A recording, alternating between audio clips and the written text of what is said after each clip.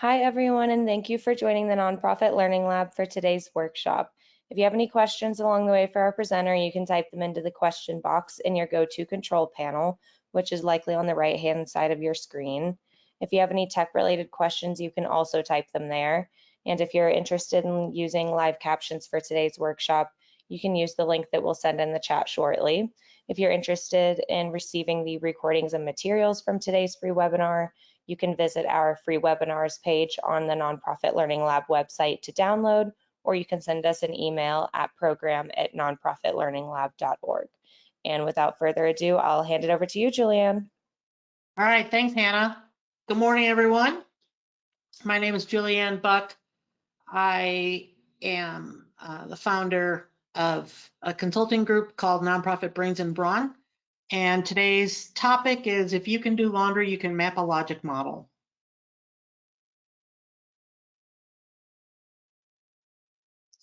All right, so today's agenda: what's a logic model? Who's it for? What's the thought process behind it? Who maps it? Then we're going to do a deep dive into laundry and plug into the different parts of a logic model, the tasks and thought behind what it takes to do laundry, and then some ideas for what you can do with it once you're done. So hold on, Hannah. A logic model is a systematic and visual way to present and share your understanding of the relationships among a statement of the problem, the resources available to you, the activities you plan, the changes or results that you expect to achieve, and mainly the resource gaps that you need to fill to make a change in the issue, whether you're talking about staffing, policy, funding, and on down the line. Up top, I've got the word visual underlined. Come to find out, I'm a visual learner. Didn't really know that about myself. That's why I get the song lyrics wrong all the time. So I, as a visual learner, really like logic models. So poll number 1, Hannah, please.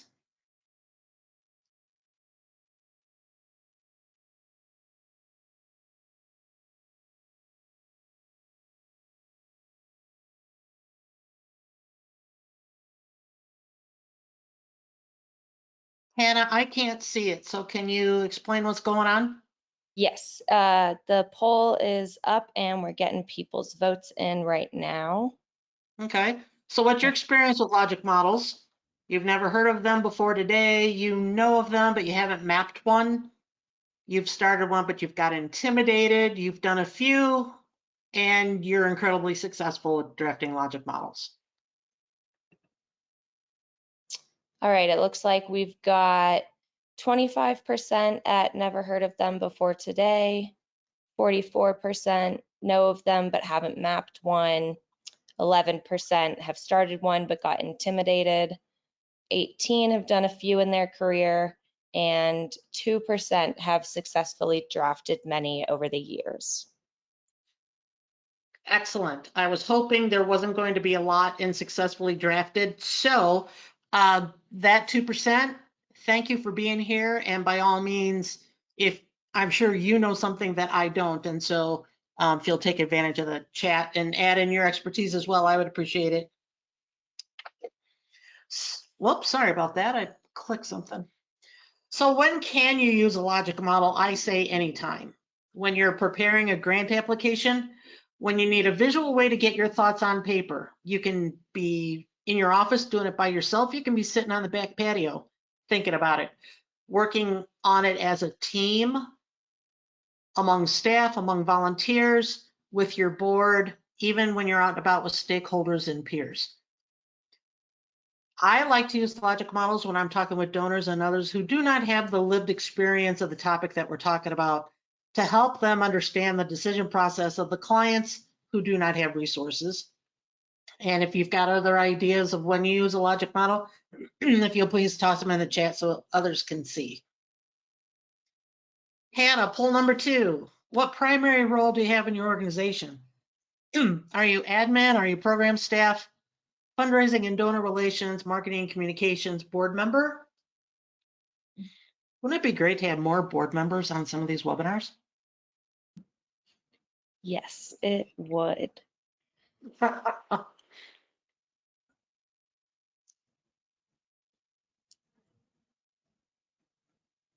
All right, it looks like mostly administration, 35%, 28% program staff, 25% fundraising and donor relations, 5% marketing, 7% board member. Oh, we do have some board members. Yay, thank you all for coming. Hannah, how many do we have? How many attendees do we have in total today? We have close to 90. Okay, wonderful. I like having Hannah as a sidekick. That works. So where can you find the actual framework of the logic models?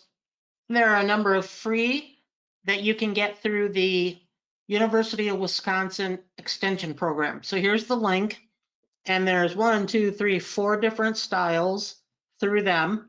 So here's one of them. This is in Microsoft Word. None of them come to you in PDF. You're going to be able to go into all of them and click and drag and fill and all of that. They've made one in Excel, another one in Word, CSREES Logic Model Worksheet. This also is in Word. They all have pretty much the same components. They just look differently. The good news is, based on your personality and what you're trying to achieve, you can pick the one you want. I myself also like to go into PowerPoint and use their process and hierarchy and relationship type of process models that they've got in there. And the cool thing about doing them in PowerPoint is that you can animate them. So sometimes, rather than have a paper version, you can have a version on your Facebook, your website. You can also start in Microsoft Word. The first chunk of what we're going to do today is actually the Word version, just to get your thoughts on paper. So why are we doing laundry? Well, everybody is touched by it. You're very familiar with it. Your particular situation, you as an individual, and especially the situation of your clients, influence the steps that you take to do laundry. And I learned this a long time ago. Our donors and our clients are at opposite ends of the spectrum of how they live their lives, the resources available to them. I have encountered donors who've never done laundry. I've encountered donors who have never understood, never had the opportunity to understand what some low-income clients go through, what some disabled clients go through, what some elderly clients go through. So we're picking laundry as a way so that all of you can think through a logic model on a topic that's familiar to you. So in a logic model, this is the one I've picked for today.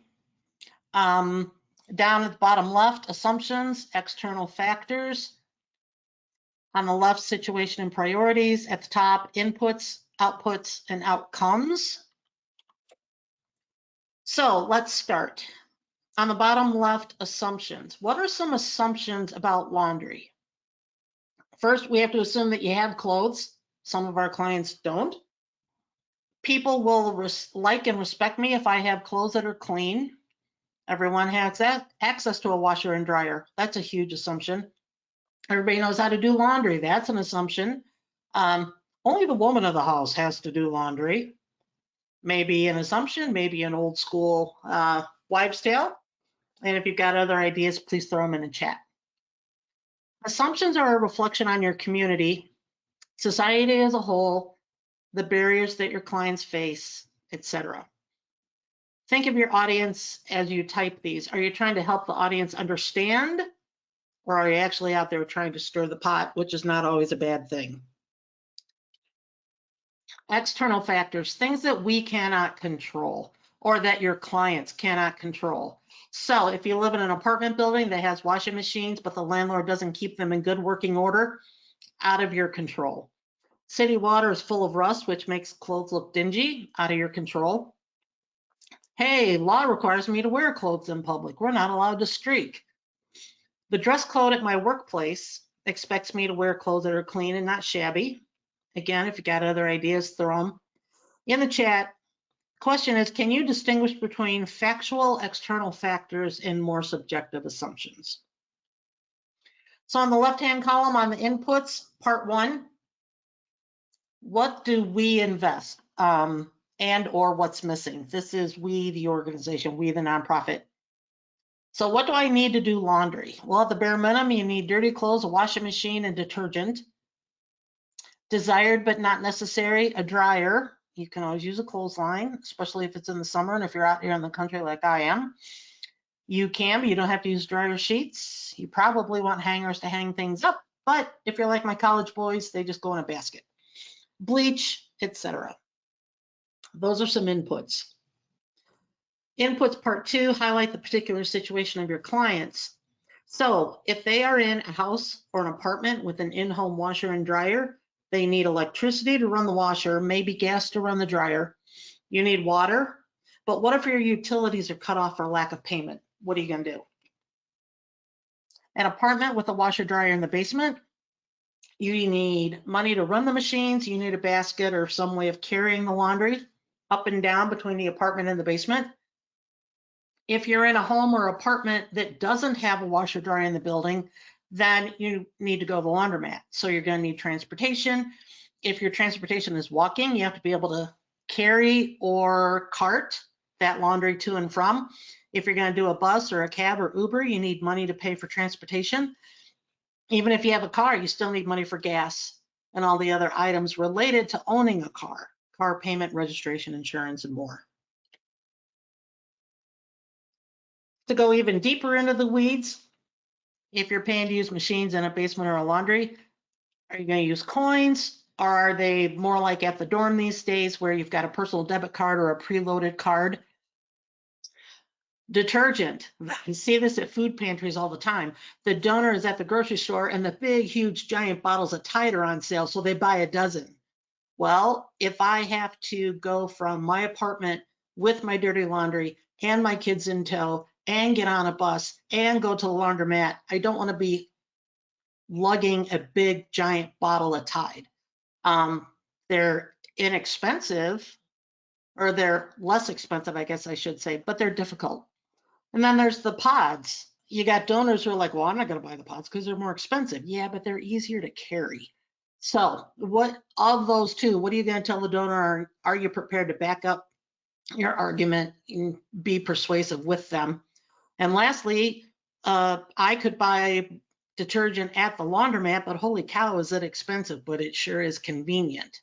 But you get there and they're out of stock or the machine is broken. So all sorts of, in some ways, uncontrollable external factors that you have to think through when you're doing laundry or any topic that you're making the subject of your logic model. So these don't have right or wrong answers. You're setting the stage and telling the story of your clients to your potential donors, grant funders, etc., especially when you are presenting the situation of your clients to people who may not have experienced it themselves. So from here on out, we're going to focus on taking clothes to the laundromat because that's most likely the most difficult for donors to understand due to lack of lived experience. So we're going to skip having a washer dryer in your house, and we're going to skip having a washer dryer in the basement. We're going to assume from here on out that we have to leave our home to go somewhere else and do laundry. So what are some outputs? Outputs are activities and participation. We're going to talk about that in a different scenario coming up. So if you're going to do laundry at the laundromat, you got to figure out what days and times it's open. Is it clean and safe? Can I get there between work and other responsibilities? If I have kids, am I going to take them along? Are they old enough to stay home alone? Do I leave them home with a spouse, or do I pay a babysitter? Or what if I'm elderly with limited mobility? Transportation to the laundromat. You going to drive? Here we are assuming that client has a working vehicle that has gas, insurance, they have a driver's license, etc. Assuming they're going to take the bus. They're going to walk to the bus. They have to somehow transport those clothes in a basket or in something with wheels. Wait for the bus, pay for the bus, ride the bus, walk from the laundromat to the bus stop, from the bus stop to the laundromat, do the laundry and reverse the process to get home. If they're going to do taxi or Uber, they need to schedule it, they need to pay it, and they need to reverse the process to get home. Are they going to carpool with a friend? Are they going to use their bicycle? Are they doing any of this while bringing the kids along? And then you add in weather. Being in Chicagoland, going from home to the laundromat in the dead of winter is a bear. So outputs includes participation. Not the most perfect, laundry is not the most perfect example from this, but we're going to go for it. And in a minute, I'll explain some other things. So once you're at the laundromat, you're going to sort the clothes, insert the money, insert the detergent, insert the clothes, select the settings, close the lid, and wait. Are you going to bring a book? Are you going to entertain the kids? Are you going to go next door and maybe have coffee at the coffee shop? Then you got to move the wet clothes to the dryer, insert the money, close the door, select the settings, wait. Usually, I know from my college days, you had to dry everything a second time. Remove them, fold them, hang them, load them in your basket or whatever in order to get them home, take them home, put them away. So under the participation is where you're going to list who's going to do these tasks. Depending on the nonprofit and the services that you provide, this may be a learning opportunity for the kids as well. So question, are the activities at the laundromat part of the story for the donor or the program lessons to teach your clients who don't know how to do laundry? Again, there's no right or wrong answers. It's a way of you as an organization thinking through the logic model in order to get to what you need for your organization and or your clients. So I know laundry is odd, but if in other settings, it could be like, when we're talking about activities and participation, what are the activities and who's going to participate? So if you are a library and you're doing lab sits 3 days a week, you would say you're going to do them 3 days a week. There are going to be 15 parent-toddler pairs who will attend, and the outcomes will be teaching children to read and to provide social integration for toddlers. That, instead of laundry, that would be your logic model putting under outputs. Let's say you're a food pantry and you've decided that you're going to do food pantry cooking lessons. The activities are going to be cooking lessons twice a month. Participation is going to be 20 adult clients, and the outcome is going to be weaning clients off of restaurant and fast food because they learned how to cook. Short-term outcomes. Outcomes and impact, short-term, medium-term, long-term. I think the majority of us are very good at identifying short-term outcomes. Medium and long-term are more difficult to identify, and they're definitely more difficult to track because guess what? You have to track 3 months, 5 months, 5 years, whatever your program design looks like. So what are some short-term outcomes for doing laundry? Well, you're going to have clean clothes for work and school. Others won't notice you because it's an assumption in our society that we wear clean clothes. So not being noticed by others can be a goal for some of our clients. Clothes will have to be washed again when they get dirty. Question is, you're going to wash them weekly or you're going to buy enough clothes to last for weeks? I can tell you right now, my college roommate had like 3 months worth of underwear because she didn't like to do laundry.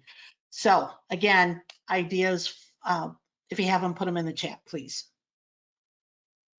Midterm outcomes for laundry. I'll earn a reputation as a neat and tidy person.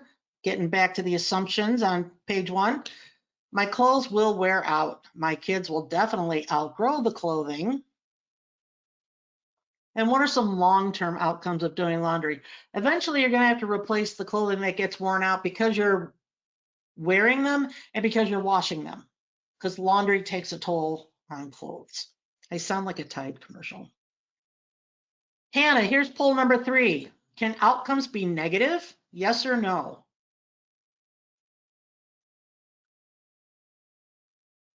All right, launched it, getting results.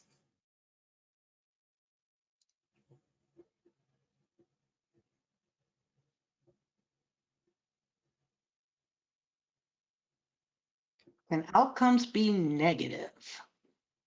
Pretty much everybody said yes. Yay! Sweet. The founder of my company, of my nonprofit, taught me the phrase that if your enemies don't tell you, if your friends don't tell you, your enemies surely won't. And that goes toward this. It's okay to have negative things in your life because you're going to learn and adapt and fix. So the answer is yes. Actions can have unintended consequences. We see that with our clients all the time. Unforeseen circumstances, something with the laundromat, something with the landlord, something with the city. Our circumstances change. We lost our job. We got a better paying job. Nothing is perfect the first time round. I think all of us know that we have to launch our programs, get them moving, learn from them, and improve them as we go along.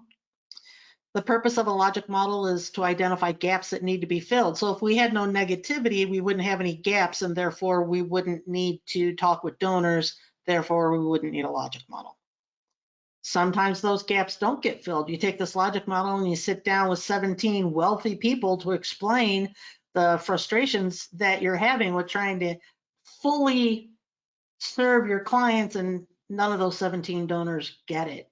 So maybe your gaps don't get filled. Then what are you going to do? And then sometimes negative outcomes demonstrate a flaw in the system. Might be your system, might be uncontrollable system. But learning flaws is another way for us to fix. So lastly, the outcomes, so the blue arrow up top right. So after a time, you're going to reevaluate the entire situation and update your logic model to reflect positive and negative outcomes, update assumptions, update external factors, and the results of getting the gaps filled. So the first time around, you may have one gap and you want that gap filled, and you do. So when are you going to come back and revisit it, because now there's a second gap? And you're going to do the logic model and get that one filled. And then there's going to be a third gap. So here's what it can look like when it's totally filled out. So under inputs, we put a lot of that. Outputs, activities, and participation. We went through all of those ifs and ands. Outcomes on the right, short, medium, long. Down below, our assumptions, our external factors. These arrows, because they come in Word and Excel and stuff, you click and drag them wherever you want. If under short-term outcomes, you don't want 5 squares, you want 2 squares, you just delete 3 of the squares and fill in the 2 that you've got. So then this is the final reason, for the ultimate reason for wanting to do a logic model. What's your ask? What's the gap that needs filling? And how do you design programming and or fundraising around this gap? I've talked to a lot of donors in my career, and sometimes they want me to just get to the point. What is the ask? So find a method that works for you. Choose a template that works for you or the situation you're mapping. It doesn't have to be done on 8.5 by 11 paper. If you've got a whiteboard in your nonprofit, pull people together, grab the expo markers, use the whiteboard. You can use large sticky notes with markers, and you can use small sticky notes where each note is a square on the map. So for example, inputs, outputs, outcomes, inputs, activities, participation, short, medium, long could all be 1, 2, 3, 4, 5, 6 different sticky notes. And down below, you've got sticky notes where you, each one, dirty laundry is one, washers one, detergents one, etc. Map all this on a big blank wall in your office. That would be cool. It doesn't have to be done in one sitting. Mapping a logic model can be done alone. You can do it in collaboration. Again, we talked about that, doing it as a team. Take time to noodle on it. I learned that a long time ago. Get something started, because your brain works on things when you don't know that it's working. So take some time to noodle on it and show it to a friend who's going to offer you constructive criticism. Could be a teammate, could be your best friend who knows nothing about your nonprofit. So here's some of your homework. Draft a logic model, but use groceries instead of laundry. Again, something most of us are familiar with. So what are some external factors for doing groceries? Prices. You and or your clients might live in a food desert. How are clients going to pay for food? Are they going to have income that they get from work or their Social Security? Are they going to have food stamps, WIC? Are they going to come to the food pantry? Are they going to go to the farmer's market? Or are they going to grow some of their own food? So map your logic model using programs and situations at your own organization. And homework number 2 is don't let your logic model sit on a shelf. Use them to create marketing pieces, donor appeals, community conversation, client stories, and more. And that's pretty much it. We had 30 minutes and my clock shows 10:26. So Hannah, did we have questions in the comments in the chat? Yes, we do. We have one question. So what would be the ask that results from this logic model, aka the ask for the laundry example? Maybe I've got a whole slew of clients who need to leave their home to do laundry, but they don't have working automobiles. And we're putting together a program to fund automobile repair at my nonprofit. What if my clients need to leave and they're all single moms? And so we're putting together a child care program so that we maybe next door to the laundromat is an open space and we want to fund college kids to come in and provide the child care while the single parent is next door doing the laundry.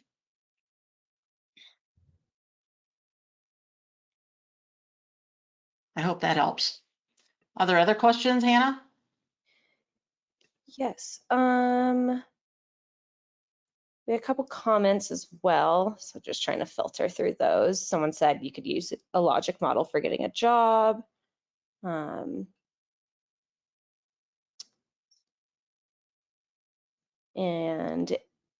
okay, how do you break down the outputs, production, participation? What tools can help me figure that out or brainstorming? Well, I think you said the magic word there is brainstorming. There's nothing that says that you can't use this logic model conversation with clients. You could put together focus groups and it could just be casual. Let's say you run a food pantry and you notice that the same people come in on Wednesdays around 10 a.m. Could you ask them to stay for 20 minutes one day and you provide snacks and maybe a gas card or something and go through this with them? Use the volunteers who interact with your clients a lot. Use your staff who interact with your clients. I think brainstorming and bouncing ideas off of other people and having other people explain to you exactly what they have to go through in order to get stuff done, I think it's going to show you some real kernels of knowledge that maybe you didn't think of before. Next. Should you focus on a separate logic model for each need in an organization? For example, housing, board members, fundraising, recruiting employees? I think the answer is yes, because once you get the base, if you're talking housing, a lot of the assumptions are the same, a lot of the external factors are the same. We had a group a dozen years ago apply for this giant multi-year, multi-million-dollar grant, and we came up with 4 logic models. And when you first looked at them, they looked identical. But then when you look down in the bottom left-hand corner and saw what that particular, so the goal was huge, but there were 4 individual steps. So each logic model down in the bottom left-hand corner said step 1, this, step 2 was the next logic model, etc. You know, it's kind of like case statements for funding.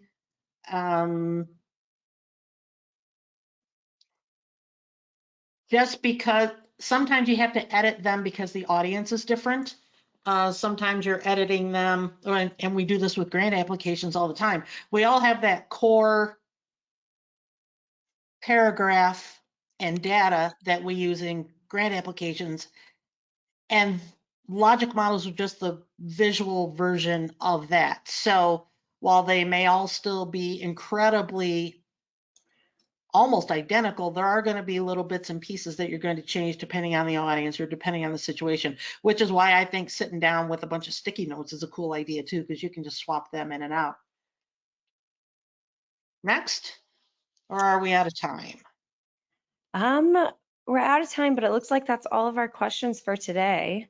Um, so thank you so much. This workshop's come to a close. If you all are interested in receiving the recordings and materials from today's free webinar, you can visit our free webinars page on the Nonprofit Learning Lab website, or you can send us an email at program@nonprofitlearninglab.org. Thank you all so much for participating. And again, thank you, Julianne, for educating our community. You're very welcome. Everybody have a good day.